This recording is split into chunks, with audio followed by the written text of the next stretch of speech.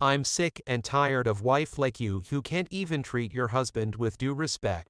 I want you to leave me now. Oh, yay, that's fine. If that's what you want, that's fine. I can't do anything with you if all you do is complain. A nice guy like me. You didn't deserve me from the beginning. My name is Emily. After graduating from college, I got a job at the company of my choice. Since then, I had been working at the same place for about 8 years until now. That didn't change even after I married my husband, Michael, and I was able to get a good salary there. I felt that my job was worthwhile, and I have no complaints about the benefits package. There is almost no overtime work, and most importantly, the people are very nice. So it's a very comfortable place to work. So I had no intention of quitting, but my husband is not happy with me and asks me to quit my job almost every day. Hey, how long are you going to keep doing that job? It's crazy for a woman to be working. What's with that tone? It's an anachronism. I feel fulfilled. Don't you dare interfere. What's worthwhile? It's ridiculous to hear that.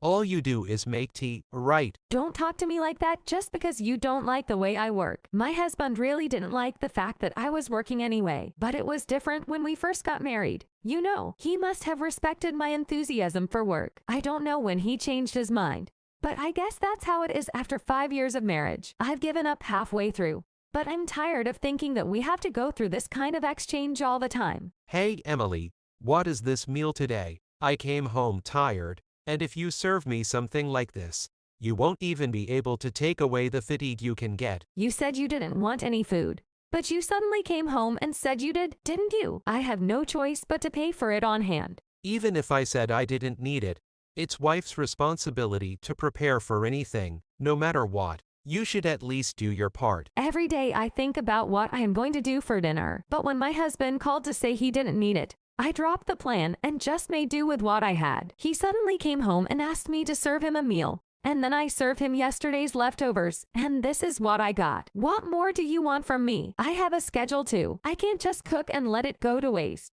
You put your own schedule before your husband's hunger. What? That's why I'm serving you what you can eat. I can't eat this stuff. Go buy some right now. My husband got angry and went to take a bath. I can't help it. I have no choice but to buy it. I was tired too, and as I thought that it was more trouble than it was worth, I went to buy something. Damn, a convenience store. Don't you have any feelings of labor for your husband? At least go to the deli at the department store. How can I go there at this hour? There were many things I thought about, but if I said them back, I would only get into trouble again. I chose to ignore it. Then my husband continued the conversation. You know, I'm going to wear that shirt tomorrow. What? I already have one ironed. I'm not in the mood. Go ahead and do it. I sighed in annoyance, and my husband was quick to open his mouth.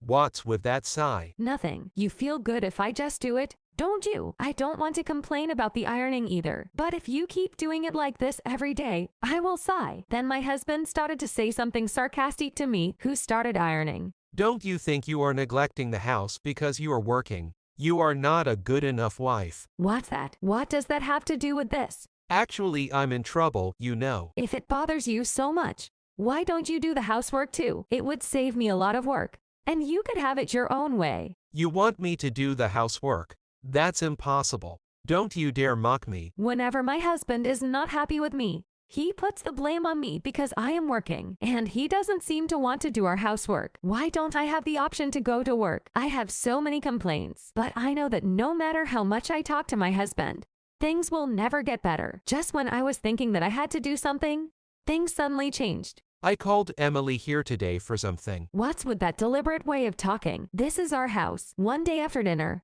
my husband stopped me at the living room table, and this conversation began. I'm sorry, but I have to tell you, you have to forgive me. What? That theatrical way of talking? Stop it. My husband was goofing off and seemed to be watching my reaction. Yes, it's no use putting on airs.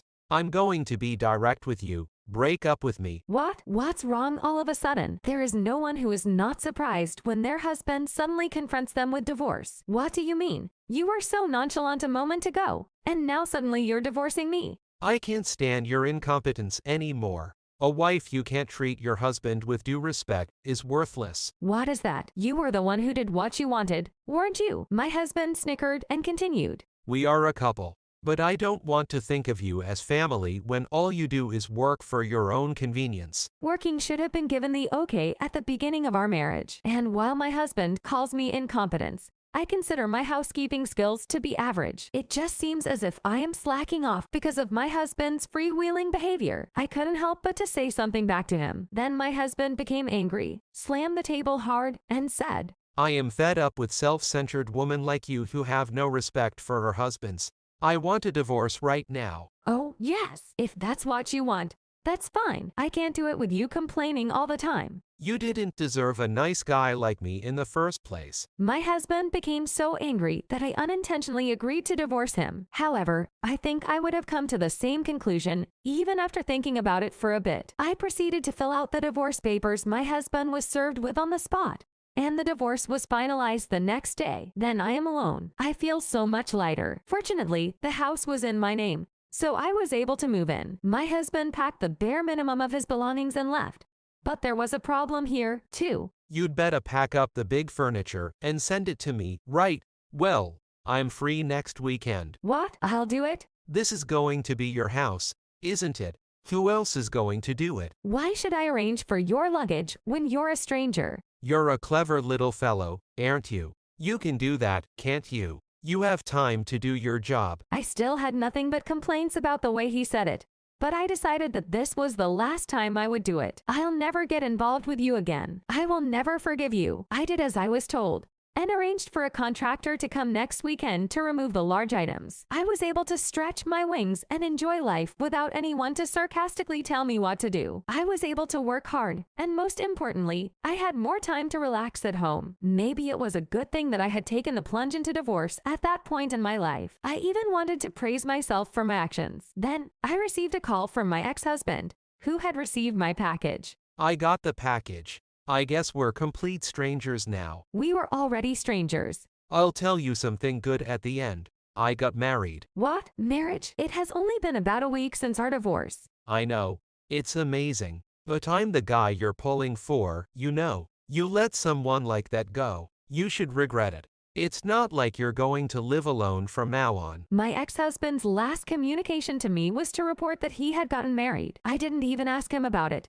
But he continued to ramble on about what kind of a partner she was. She is the daughter of the company president, and extremely beautiful. She's always ladylike, and can take care of herself. Unlike you, she always smiles and speaks kindly to me. My ex-husband talks to me in an enraptured manner. She has the best family background and personality. Our meeting like that was just destiny. We met last spring. We were growing steadily in love. Wait a minute. Steady love? That would be cheating, wouldn't it? Ugh, I'm divorced now. It's your fault for not being good to me. You wanted to divorce me because you wanted to go that way. How ridiculous. I was the one who wanted to end the conversation because I didn't want to spend time with someone who had already left me. Huh. So, what are you trying to say? Her name is Stephanie, and even her name is beautiful. It's really perfect.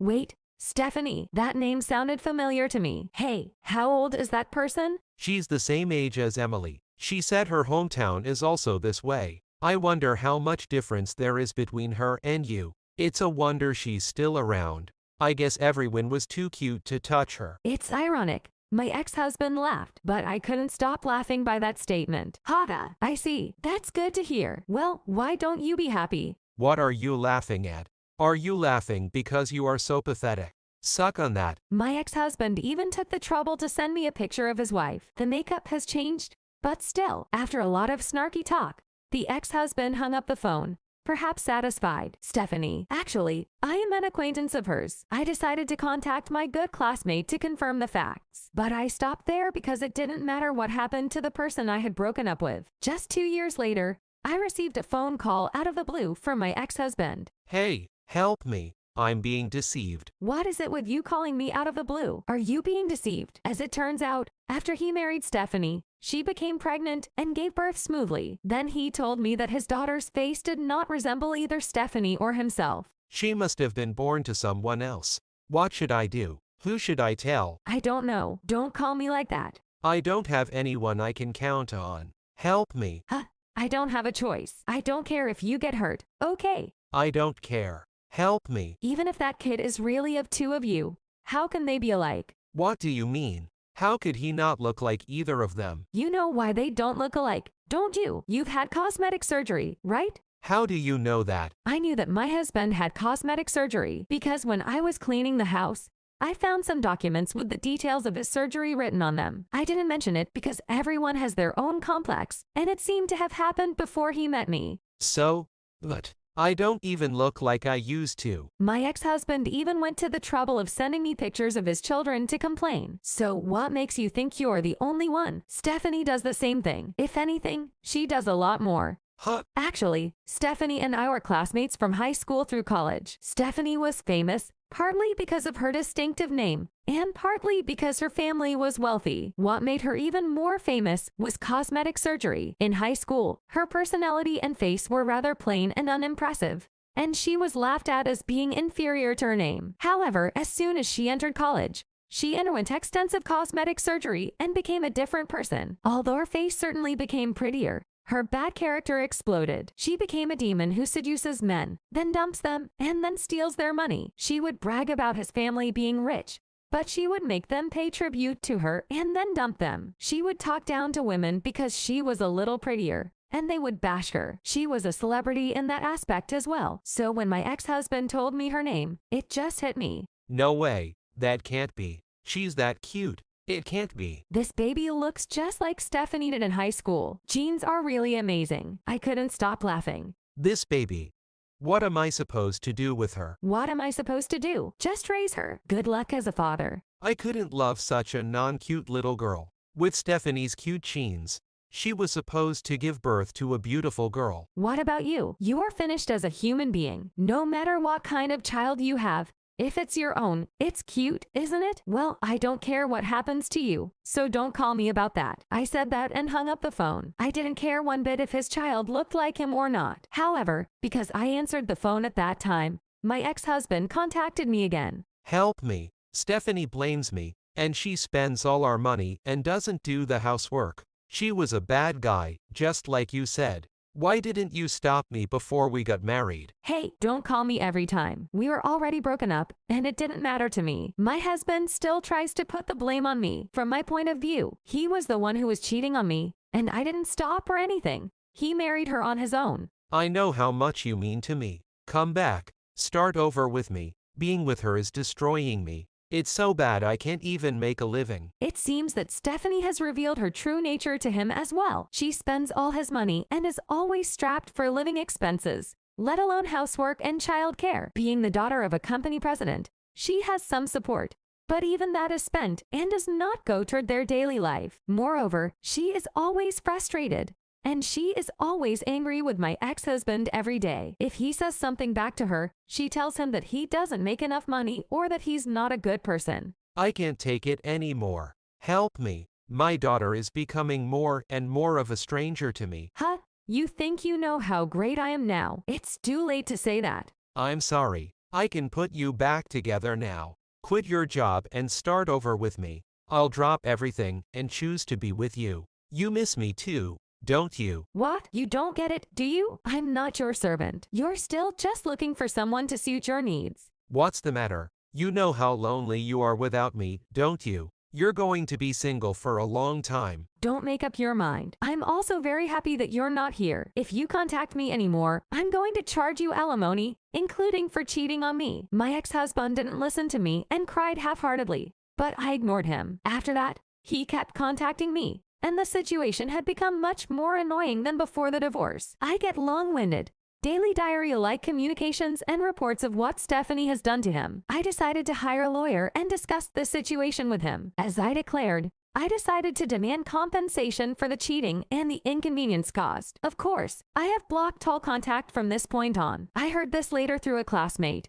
But it seems that Stephanie's bad reputation continues to this day. She was going around bragging about her marriage to my ex-husband and having child with him. Stephanie also thought she was going to have a cute child who looked like her husband. However, the child that was born looked exactly like her old self, and had no resemblance to her husband. He hid the fact that he had cosmetic surgery, which is how it happened. Both of them said they were deceived. They got into a big fight. Moreover, the quarrel between the couple heated up and developed to the point of disturbing the neighbors. She got upset with the neighbors who interfered with them and started harassing them by throwing garbage into the house. The couple's house is always filled with yelling and screaming, and the atmosphere is quite chaotic. Of course, they say that her response to my ex-husband has become harsh and that she is close to divorcing him. My ex-husband is caught in a triple bind with alimony payments from me, a wife who is a disaster, and a daughter who looks nothing like my ex-husband. But he had some idea what was going to happen to the child. The child is innocent,